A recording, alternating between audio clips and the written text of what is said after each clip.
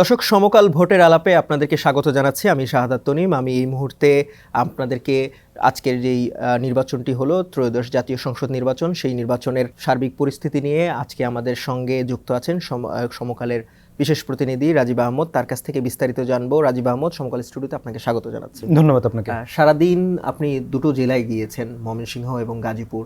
সেখানকার নির্বাচনের পরিস্থিতি কেমন দেখলেন সার্বিক? নির্বাচনের পরিস্থিতি আমি যেটা বলবো সেটি হচ্ছে ভালো, কিন্তু ভালোর তো শেষ নাই।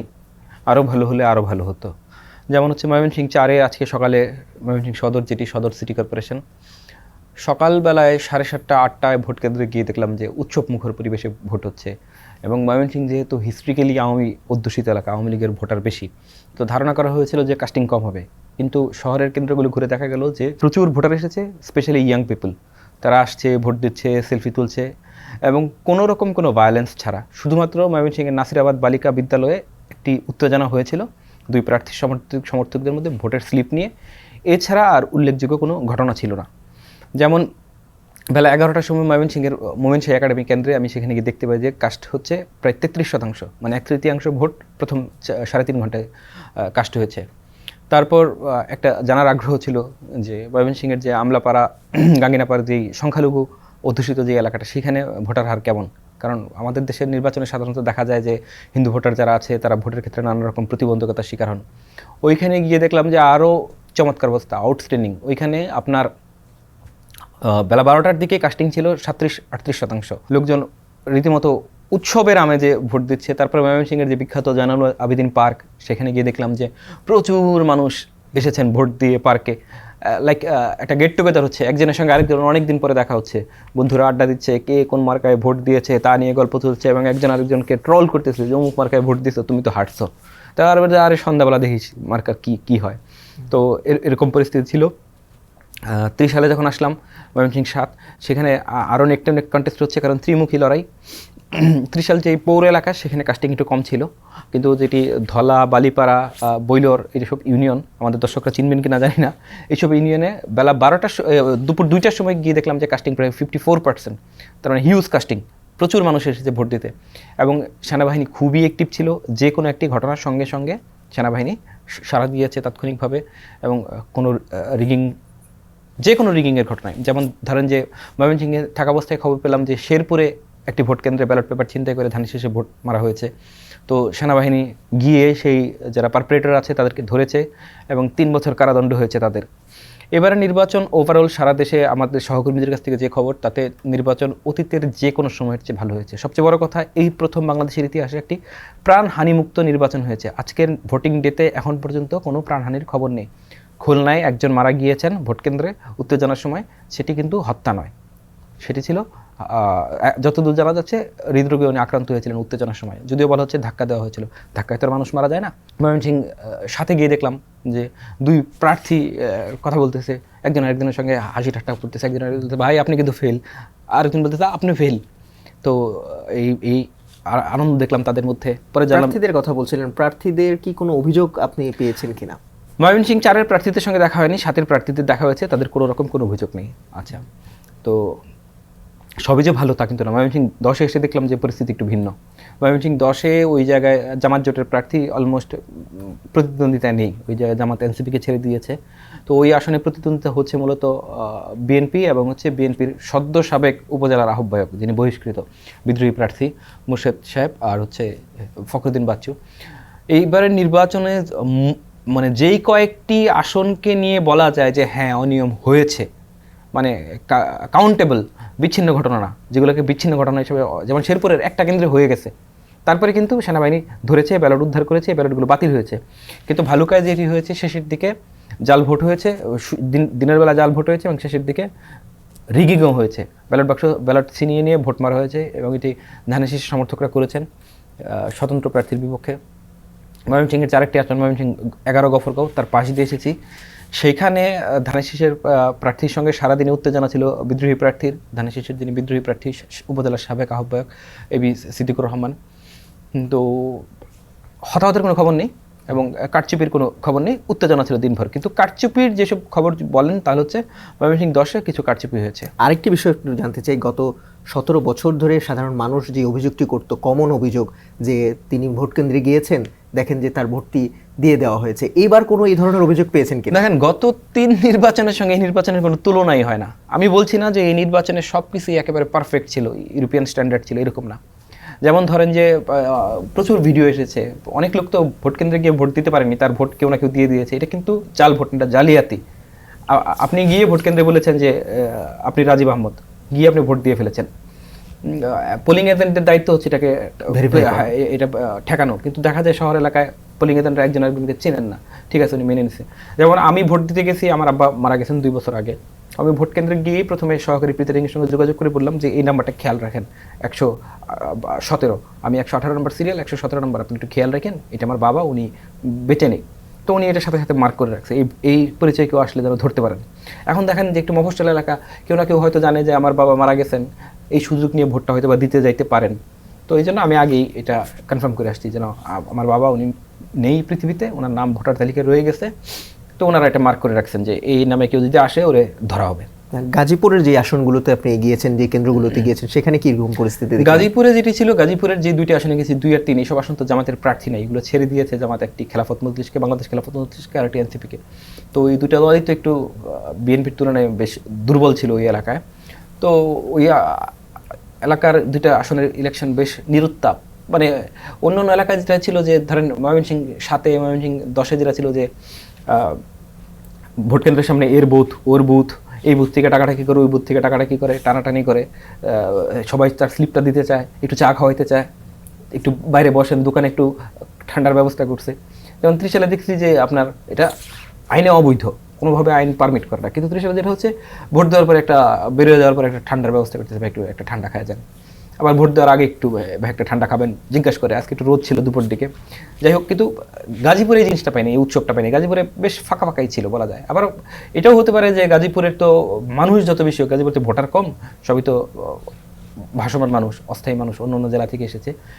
এখন দেখেন যে ফেসবুকে নানান রকম গুজব আছে, প্রচুর গুজব আছে। কালকে সন্ধ্যা থেকে তো ভয়ঙ্কর লেভেলের, ম্যাস লেভেলের গুজব, মিসলিডিং, তারপরে হচ্ছে মিস ইনফরমেশন, ডিসইনফরমেশন ছিল, আজকেও আছে।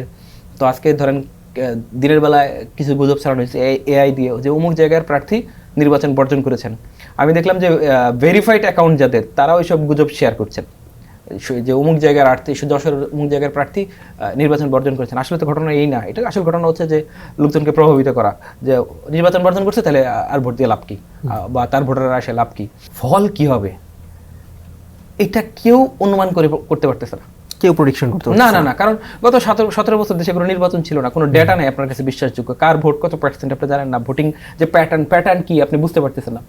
এবারে নির্বাচনে আপনি একটা প্যাটার্ন পাওয়ার পর, একটা ডেটা পাওয়ার পর, আপনি আগামী নির্বাচন থেকে প্রিডিক্ট করতে পারবেন যে এরকম কিছু একটা এরকম হইতে পারে, ওইরকম হইতে পারে। আরেকটা বিষয় যেটা হচ্ছে যে বিচ্ছিন্ন 2-1টা জায়গা, যেমন ময়মনসিংহ 10-এর কথা যদি বলি, এইখানে দেখছি যে ভোট রিংয়ের সময় যারা পোলিং অফিসার, সহকারী প্রিসাইডিং অফিসার ছিল, তারা নীরব ভূমিকা পালন করেছে। তার মানে তারা কারচুপিতে সহযোগীর ভূমিকায় ছিল। এই বিষয়টাতে আসতেছিলাম যে এই নির্বাচনে প্রশাসনের ভূমিকা কেমন দেখলেন? প্রশাসনকে যথারীতি আমি যা দেখেছি যে প্রশাসন মোটামুটি যেটা ছিল যে যা হয় হোক, কিন্তু প্রার্থী যেহেতু যেখানে প্রতিদ্বন্দ্বিতা সবল ছিল, সেখানে প্রতিদ্বন্দ্বী প্রার্থীরা আটকেছেন। আর সেনাবাহিনী মাঠে খুবই সক্রিয়ভাবে ছিল, সেই কারণেই এটি সম্ভব হয়েছে। প্রশাসন যদি সেনাবাহিনীর মতোই সক্রিয় থাকতো, তাহলে যেই বিচ্ছিন্ন কয়েকটা ঘটনা আসছে সেটাও আসতো না। আর একটা বলি যে নির্বাচন নিয়ে আমি এত কথা বলতেছি, আমার এই বাইট হয়তো কেটে অনেকে বলবে যে ইলেকশনে রিগিং হয়েছে। ভাই, বাংলাদেশে 45,000 কেন্দ্র, এটি বাংলাদেশ।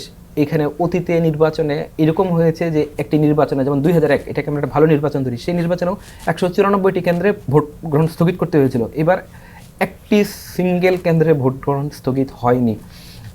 মুন্সিগঞ্জে একটি কেন্দ্র দখল করতে গিয়েছিল ধানের সমর্থকরা, সেনাবাহিনী দেখছেন তো চরের মধ্যে দৌড়ায় ধরছে ককটেল সহ, তারপর অস্ত্র উদ্ধার করছে। সারা দেশে 45,000 কেন্দ্রের একটি কেন্দ্রে ভোট স্থগিত হয়নি এখন পর্যন্ত।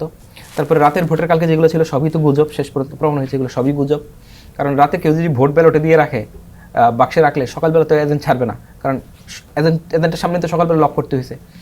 আচ্ছা, তো যেসব ঘটনা সত্যি সত্যি এসেছে, ময়মনসিংহ 10-এর ধরেন যে 4-5টা কেন্দ্র, ওইখানে 120টা কেন্দ্র আছে, 4-5টা কেন্দ্র। এই কারণে আমি বলতেছি যে এটাকে বিচ্ছিন্ন বলা যায় না, কারণ 120টা কেন্দ্রের মধ্যে 4-5টা কেন্দ্রের ভোট অনেক ম্যাটার করে। ফল হয়তো বা যদি দেখা যায় 2-4 হাজার ভোটের ব্যবধানে জয় পরাজয় হচ্ছে বা 5,000 ভোটের ব্যবধানে, তখন এই 4-5টা কেন্দ্র কিন্তু ম্যাটার করবে। আর এর বাইরে বাকি যেসব রিগিংয়ের খবর পাচ্ছি, এগুলো আসলে ফলকে প্রভাবিত করতে পারবে না। আর যে আমরা জাল ভোটের কথা বলতেছি, সেটাও ফলকে প্রভাবিত করতে পারে না। আমার যে অভিজ্ঞতা, অনেক দিন নির্বাচন দেখছি, যে কারণে এইভাবে ভোট জেতা যায় না। কারণ যে জিতবে 10-15 হাজার ভোটে জিতবে, আপনি 10-15 হাজার জালিয়াতি করে ভোট দিতে পারবেন না। আরেকজনের নাম বলে বলে এটা 10-15 হাজার সম্ভব না, এটা খুব অল্প কিছু সম্ভব।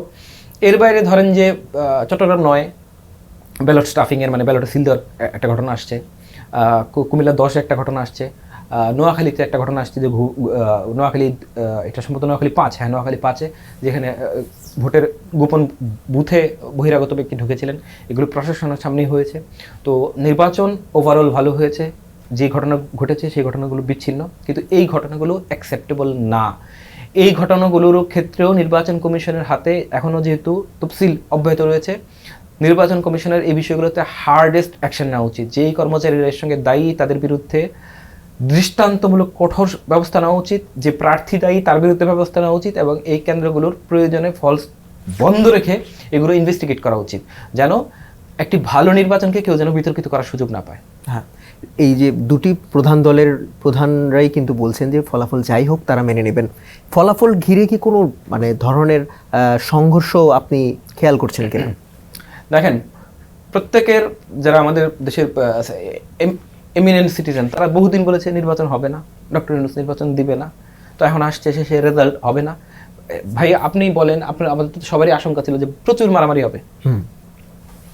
অবশ্যই কিছু কিছু মারামারি বিচ্ছিন্ন ঘটনা ঘটেছে, কিছু মারামারি ঘটনা ঘটেছে। তো এইগুলোকে আপনাকে বিচ্ছিন্ন হিসেবে দেখতে হবে। সর্বোচ্চ বাংলাদেশে 45,000 ভোট কেন্দ্র, সর্বোচ্চ যদি ঘটনা ঘটে থাকে তাহলে 50-60টা ঘটনা কেন্দ্রের ঘটনা ঘটছে, যেটা লেস দেন 1%, 0.1%, লেস দেন 0.1%। তো এগুলো নির্বাচনের ফলাফলকে প্রভাবিত করবে না। আমি একটা আসনকে কিন্তু আলাদা করে বলছি যে এইটা প্রভাবিত করতে পারে নির্বাচনের ফলকে, আর বাকি কোনো কেন্দ্রে কিন্তু বাকি আসনগুলোতে প্রভাবিত করবে না। তো যেই লোকগুলো সারাদিন মারামারিতে জড়ালো না, এই লোকগুলো কি পাগল যে রাত্রেবেলা মারামারিতে জড়াবে? আমি বলি যে অভ্যুত্থান পরবর্তী বাংলাদেশে একটা বড় ঘটনা পরিবর্তন ঘটেছে। সেটা হচ্ছে, আপনি দেখেন ছাত্র সংসদ নির্বাচনের ক্ষেত্রেও ব্যাপক উত্তেজনা ছিল না? মনে হচ্ছিল খুনাখুনি হয়ে যাবে। একটা থাপ্পড়ের ঘটনা ঘটছে 5টা ছাত্র সংসদ নির্বাচনে। মারামারি তো দূরের কথা, একটা থাপ্পড়ের ঘটনা কিন্তু নাই। সবাই সবার বিরুদ্ধে ফেসবুকে তীব্র নিন্দা এবং একটা গালিটালি দিয়ে ঝামেলা শেষ করে ফেলছে। আজকে আমরা ফেসবুকে যে উত্তেজনা দেখলাম, আমি মাঠে গিয়ে দেখলাম যে এর বিপরীত চিত্র। একজন আরেকজনের সঙ্গে ইয়ার্কি ঠাট্টা করতেছে, একজনের ট্রল করতেছে, আবার কোনো কোনো ক্ষেত্রে হিটেড ডিবেট হয়ে যাচ্ছে ভোটার নিয়ে টানাটানি করে। কিন্তু আবার যারা একটু এল্ডার বয়স্ক তারা এসে আবার থামে, এটার দরকার নেই ভাই, তুমি ওই বুথ থেকে নিতে চাও। কি জন্য ঘটনা? সেটা হচ্ছে যে ভোটার কার বুথ থেকে স্লিপ নিবে এটার জন্য। তো আপনি ধানের শীষের বুথ থেকে স্লিপ নিলে ধানের শীষের ভোট দেবেন এমন তো কোনো গ্যারান্টি নেই। দাঁড়িপাল্লার স্লিপ থেকে বুথ থেকে স্লিপ নিলে আপনি যে দাঁড়িপাল্লায় ভোট দেবেন এমন তো কোনো গ্যারান্টি নেই। কিন্তু ওনারা মনে করে যে একটা ভোটার যদি আমার বুথ থেকে এসে নেয়, তার মানে হচ্ছে ভোটার আমার সঙ্গে কোনো না কোনোভাবে মেন্টালি অ্যালাইন, আমাকে দিতে পারে। এই জন্য একটা ভোটারকে ডাকে আপ্যায়ন করে, ঠিক আছে। কিন্তু ওভারঅল ইলেকশন ভালো হয়েছে, খুব ভালো হয়েছে, সন্তোষজনক হয়েছে। কিন্তু বিতর্কে যেন না হয় সেজন্য যেই ঘটনাগুলো এসেছে, যেই অনিয়মের অভিযোগগুলো এসেছে, যেমন পটুয়াখালীর বিষয়ে পটুয়াখালী 1-এর বিষয়ে লিখিত অভিযোগ এসেছে, তো এইসব ঘটনা নির্বাচন কমিশনের পয়েন্ট আউট করা উচিত এবং এগুলোর ক্ষেত্রে তদন্ত করা উচিত। বাংলাদেশে এখন পর্যন্ত ইলেকট্রাল যেই অনিয়ম হয় সেগুলো তদন্তের খুব একটা নজির নেই, ভোট শেষের পাত্তা দেওয়া হয় না। কিন্তু যেহেতু আমরা একটা হিস্ট্রি তৈরি করতেছি, সেহেতু এসব ঘটনার তদন্ত হওয়া উচিত। কেউ যদি হেরে যাবে, কেউ জিতে গেলে জিতে যাবে। এখানে তো মুখ্য না যে কে নির্বাচনে জিতলো। আপনি দেখেন তো, কোনো ম্যাটারই করে না ইলেকশনে কোন দল জিতবে। আওয়ামী লীগ বিএনপি জিতবে না জামাত জিতবে, এটা কোনো ম্যাটারই করে না। ম্যাটার করে হচ্ছে নির্বাচন সুষ্ঠু হচ্ছে কিনা। নির্বাচন যদি সুষ্ঠু হয়, সেই নির্বাচনে গঠিত সরকার অ্যাকাউন্টেবল থাকবে জনগণের কাছে। জনগণ 5 বছর পরে সরাই দেবে সেই সরকার যদি পারফর্ম করতে না পারে। সহজ সিম্পল উপায় আছে। কিন্তু যদি নির্বাচন যদি সুষ্ঠু না হয়, একটা প্রশ্নবিদ্ধ নির্বাচনে কিন্তু সরকার আসে প্রশ্নবিদ্ধ, সে তখন পরে নির্বাচনটাকে প্রশ্নবিদ্ধ করতে চায়। এটা একটা চেইন রিয়াকশনের মতো। তো সন্তোষের বিষয় হচ্ছে যে ইলেকশন সুষ্ঠু হয়েছে। মানুষ আপনি তো নিশ্চয়ই মাঠে ছিলেন, আপনার তো বলার কিছু নাই, এবং আমাদের দর্শকদের বলার কিছু নাই, তারাও দেখছে। মানুষ ভোট কেন্দ্রে এসেছে, ঘর থেকে নেমে এসেছে, দারুণভাবে ভোট দিয়েছে, প্রচুর ভোট দিয়েছে। আর সোশ্যাল মিডিয়ায় একটি পক্ষ প্রচুরভাবে গুজব ছড়াচ্ছে পুরনো ভিডিও দিয়ে, এআই ভিডিও দিয়ে। তাদের আসলে উদ্দেশ্য হচ্ছে একটাই, আগের যে অতীতের কারচুপিপূর্ণ এবং জালিয়াতিপূর্ণ নির্বাচন হয়েছে সেগুলোর সঙ্গে এটাকে নর্মালাইজ করা, মার্জিনালাইজ করা, যে এইবারও খারাপ হয়েছে, শুধু আমাদের সময় খারাপ ছিল না, এই একটা বয়ান দেওয়ার চেষ্টা হচ্ছে। আমার মনে হয় যেমন 2018 সালের নির্বাচনের বিষয়ে বলা হয়, কোনো ভিডিও তো নাই, প্রমাণ তো নাই, বা ভিডিও প্রমাণ লাগে না, মানুষ জানে কি হয়েছে। তো এবার আপনি যাই কিছু এআই দিয়ে বানায় ছাড়েন, লাভ নেই, মানুষ জানে কি হয়েছে। মানুষ যখন তার নিজের ভোট দিতে পারছে, যে তার নিজের ভোটটা দিতে পারে সে জানে যে ইলেকশন সুষ্ঠু হয়েছে। আর যে নিজের ভোটটা দিতে পারে নাই, এবারও যে জালিয়াতির শিকার হয়েছে, তাকে আপনি কোনোভাবে বুঝাইতে পারবেন না ইলেকশন সুষ্ঠু হয়েছে। কারণ আপনি তার যতই বিচ্ছিন্ন ঘটনা বলেন না কেন, সে তো বলবে এটা আমার সঙ্গে ঘটছে, এটা আমার লাইভ এক্সপিরিয়েন্স, আমার সঙ্গে ঘটছে।